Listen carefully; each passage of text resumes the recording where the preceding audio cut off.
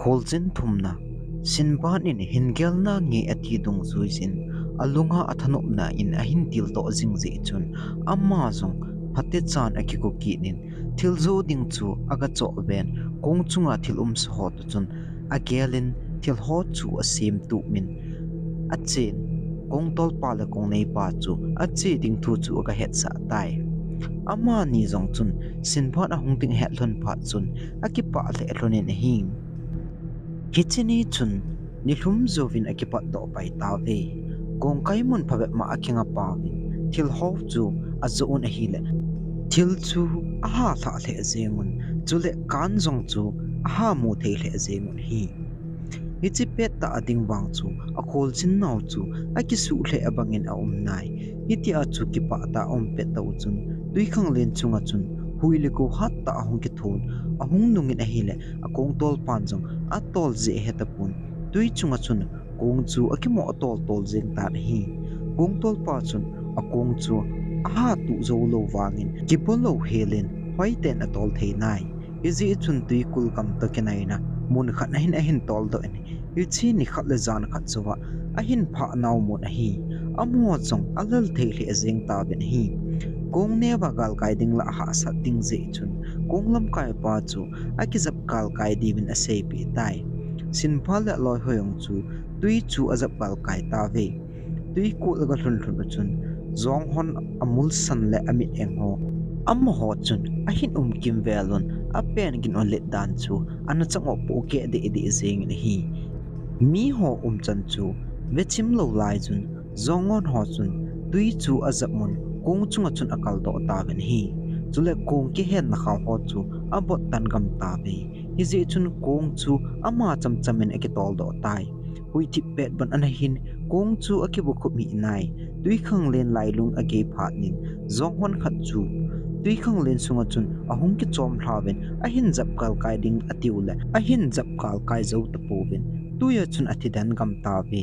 kong chunga to dan ho jong chu phuizin ita chun alho on koima cha jong anung mu kit tapo ve iti chun athil ke uto kong to chun amang tha tai Sindbad le loi hon jong hi chi tui ko la chu mehim che ngam tin ahin khol ta ben hi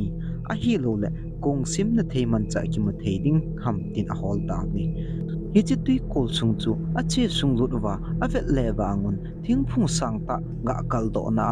gam ga vet na thei ding jing zong a ke epon chule hampa zong ake pun a chai vet vut zengin agim nei hla in a hi chu chi pe min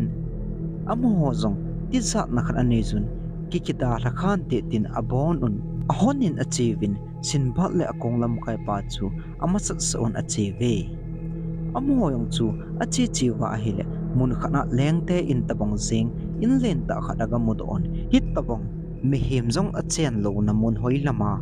kuiliang pa heading hiza hilai ta hi inlen ta hi asa hi tan te tin angai tu ve konglam kai pan jong ko na chu aka su ging the khatna asunga mi hon ko chu ahung hon divin agelin ame eging theile su ging the chu a hol le ima amotapon aman jong ko chu a hon dinga asot le ason hong zo hi be ni chu phat in Sindbad le loi ho khanin aki thopin asot le ko chu son hong ta ve chu phat nin amo zong alut ta bin amo ho alut su hel pha nun ko chu achamen ke kha akit tai amo zong asung tha ole indan len da khan amo don amun muna chun mihim gu le cha anaki sidim set zeng hi aning khan a hin thu len ta khan amo don akoma chun ko tong len ta khan nom kin hi chu sa ki ko na hele kilomi konglam kai pa chun a het pha nin hi chi tui kul pi hi mihing ne chen na hile kilomi ka het masat hele ka hin puilo hel deu na hi vetin ha ki si le jing tan hi konglam kai pan jong aloi ho chu akovin hungun gang ten ki le da oitin it's in hi da tha do taw te ativin ko chu honding ago le hong thei da pun ko chu iti ki hon ham ti yong chu heta povin avet le sang ta chun aloi na thi khaw chu amu uvin amon la phazo ding om povin keng to lowa asot na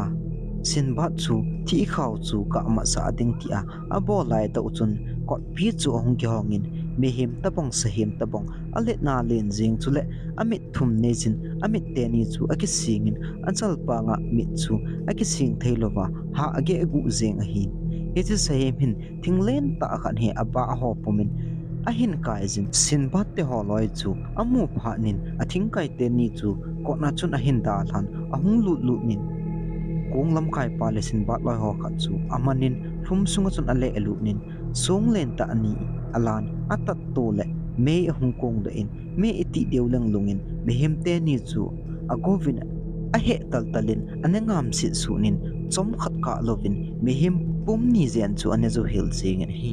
aloi ho chun la vezong vengam talovin ti za na thigam ding a hitawin thip ben om tawin hi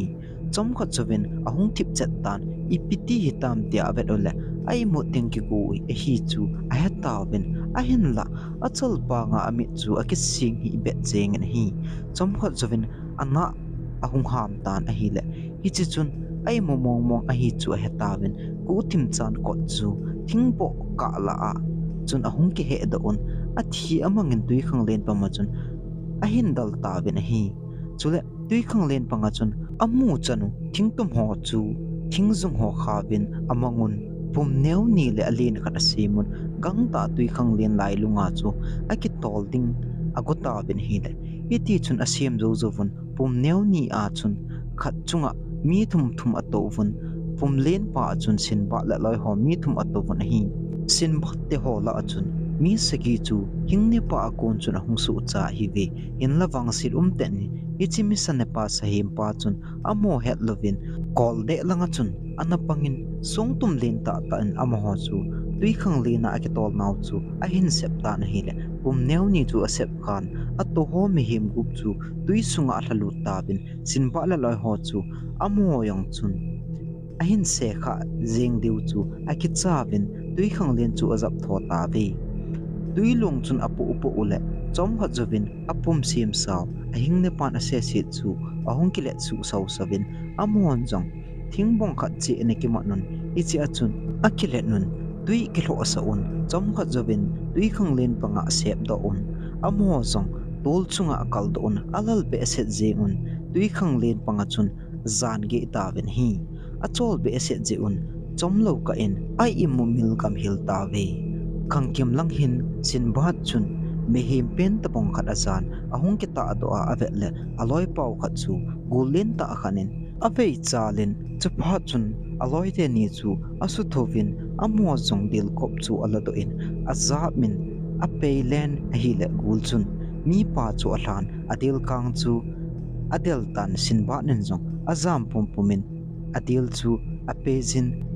agol ho chu thingphung chunga kaldin asolin ama jong chu thingphung apha apha nin adil pe chu alan thingphung chunga chun akal dole gul chun ima cha cha lo amu lo be pha nin avelelen eki thalmang tai chupha nin amo jong thingphung chunga chun ahung kum thlapin tui khang len panga chun adin le kong len khat ahung ki tol amovin Sindbad ne adel kop chu azab le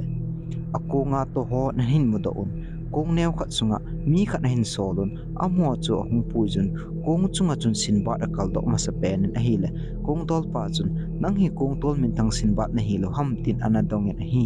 aman jong ka hinai atin a hin alal be ase ji chun a kyo limpiding jong chu a hi theipon an ane ason a ki chol dos on hi chuzuvin Sindbad chun amo thil to thusim chu asei pi le mi ho chun kidang asale azengon chuphanin kong tol pa chun kala uwa ki vei mi khat athin athil keu hi na hon zo upi un lang in na thun te ngule azinu peleu chun phan te atile aloi ho chu athip be azeng ta ven hi chupha nin Sindbad chun keiman zo upi na nge atin hin le kong tol pan aphai zo upi lang nangin jong them khat be ke la in chule adang se chu an sung mi te na pi iding hi tin iti ding chun ahung ke tolun balsora kam chu hin pata ben hi ichimuna kon chun Sindbad la loi ho chu sangong saw chunga atovun agamlam ubak tat azun ta ve iti chun tamsel chan to se na nasata azo zovun in aga thungkit ta ve Sindbad wang chu anu zong anadam tapon iti chun ina ake chol dovin wa do ding zong ki ko tapoi hinla AKONJIN na akiveza ache nom na ahum do jiwangin anu dam lo ji chun ache do thei da pui anu chu na akon chun ahungdam do ta ni le ahungdam do chun sinba ja ki vein che ki thei ta na te tin a sei tai chu phanin sinba jong AKONJIN li na vai kon dingin aum ki ta na hi hello so pite thusim hi chan en na chai huitin aban kit le sinba KHOLJIN ali chan na hin ngai ki ti oin ananga ha jing mai uti pale chu thusima hi sei khil bol khil anum kha ai ani ki ngai da mutit ne ke thim tu ti